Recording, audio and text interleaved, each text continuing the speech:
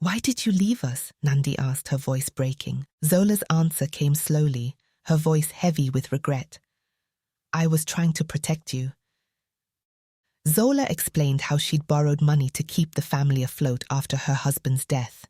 When she couldn't pay it back, the loan sharks demanded more, control over her life. Fearing for her children's safety, she fled.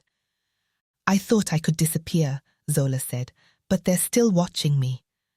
As they spoke, Nandi noticed a man watching them from across the street.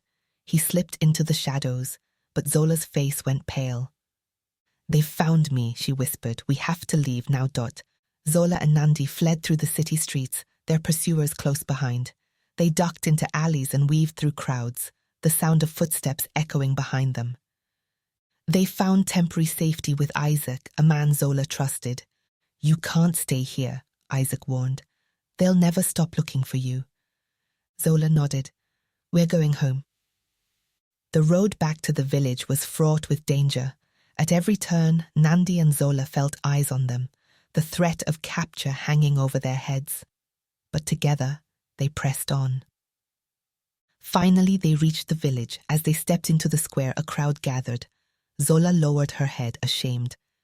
The black car's doors swung open and 3 men stepped out. Their dark suits and cold eyes made the villagers shrink back. "Zola," the leader growled, "did you think you could run forever?" Nandi stepped forward, shielding her mother. "Leave her alone," she said, her voice shaking but firm. The man chuckled. "This is between us and her. Step aside, little girl." The tension in the square was thick. The villagers exchanged uncertain glances, unsure if they should get involved. Before the loan sharks could advance, Mama Thembi stepped forward, her voice steady and defiant. "You won't take her, not here, not now." The villagers, inspired by her bravery, gathered around Zola and her family. Armed with farm tools and sticks, they formed a protective circle.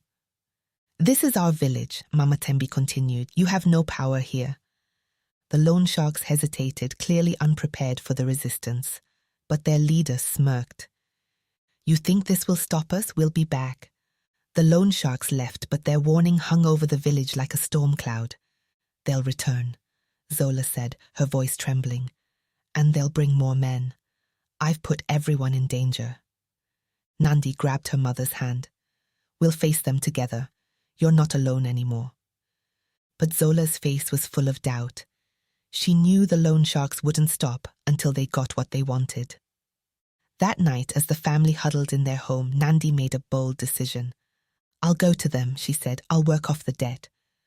Zola's eyes widened in horror. "No, I won't let you do this." "Mama, it's the only way," Nandi replied. "If I can make them leave you alone, it's worth it."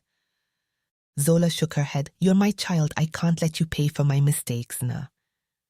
Before Nandi could act on her plan, Isaac arrived with news. "The loan sharks are coming back tomorrow," he said. "But we have one advantage. They don't know the villagers are ready." Isaac outlined a plan to ambush the loan sharks. The villagers would lure them into a trap and call the authorities to intervene. The next day, the villagers prepared. They hid along the edges of the square, armed and ready. Isaac stood at the center, waiting for the loan sharks to return. When the black car rolled into the village, the leader stepped out, confident and smug. "We're here for Zola," he announced. "No one has to get hurt." Isaac gave the signal and the villagers emerged from their hiding spots. "You'll leave this village now," Mama Thembi declared, "and you'll never come back." The loan sharks laughed, but their confidence faltered as the villagers closed in. Isaac stepped forward, holding up a recording device. "We've got everything you've said on tape," he said. "The authorities are on their way." For the first time, fear flickered across the leader's face. He glanced at his men, then at the approaching police cars in the distance. The loan sharks tried to flee, but the villagers blocked their escape. When the police arrived, they arrested the men on the spot. As the black car was towed away, Zola collapsed into Nandi's arms, relief washing over her like a wave. "It's over," Nandi whispered. "You're safe now." In the days that followed, Zola worked to rebuild her life in the village. She apologized to the community, sharing the full story of her struggles and the danger she had faced. The villagers, moved by her honesty, welcomed her back with open arms. Together, they helped her rebuild her home and her life.